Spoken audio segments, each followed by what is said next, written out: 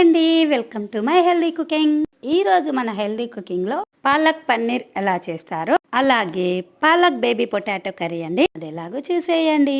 ముందుగా ఒక ప్యాన్ లో కొంచెం ఆయిల్ వేసి ఎక్కువగా ఆనియన్స్ తీసుకోవాలి. అది బ్రౌన్ కలర్ వచ్చే వరకు ఫ్రై చేసుకోవాలి. కట్ చేసుకున్న పాలకూర, ఉడికించి పొట్టు తీసిన బేబీ పొటాటోస్ అండి. ఆనియన్ కొద్దిగా ఫ్రై అయ్యాక సరిపడా సాల్ట్, 1 టేబుల్ స్పూన్ జీలకర్ర పొడి, 1 టేబుల్ స్పూన్ ధనియాల పొడి, మీ స్పైసీని బట్టి కారం పొడి యాడ్ చేసుకోవాలి. తర్వాత ఉడికించిన బేబీ పొటాటోస్ ని వేసేసుకోవాలి. బేబీ పొటాటోస్ కి బాగా మసాలా పట్టేలా కలుపుకోవాలి.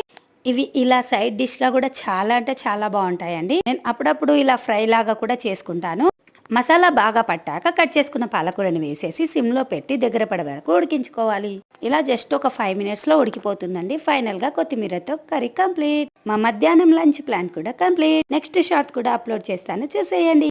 నా వీడియో యూస్ఫుల్ అనిపిస్తే మాత్రం ప్లీజ్ లైక్ అండ్ సబ్స్క్రైబ్.